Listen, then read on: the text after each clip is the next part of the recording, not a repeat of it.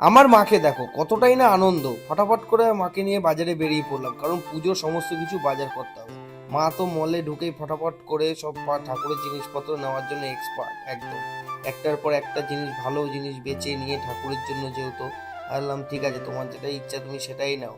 দিয়ে ফটাফট করে বিলটা আমরা করে নিলাম, কারণ এরপরে আমাদেরকে যেতে হবে সবজি বাজারে, কারণ সবজিও কেনা বাকি রয়েছে, কালকে বাড়িতে পুজো।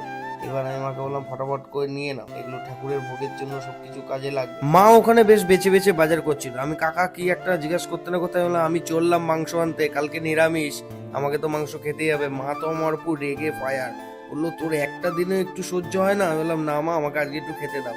দিয়ে ফটাফট করে মাংস নিয়ে বাড়িতে চলে এসে মামির হাতে ধরিয়ে দিলাম, যেহেতু মামি বাড়িতে ছিল।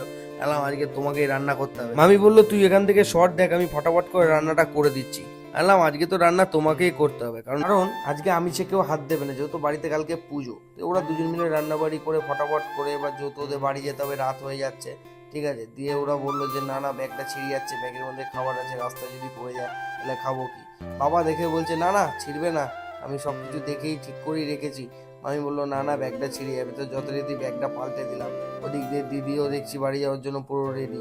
সবাই আস্তে আস্তে চলে যাচ্ছে, বাড়িটা ফাঁকা। তো কাদের কাদের বাড়িতে এই জিনিসগুলো হয় প্লিজ একটু কমেন্ট করে বলো, যে কেউ রাতের বেলা গেলে সবাই একসাথে চলে যায়।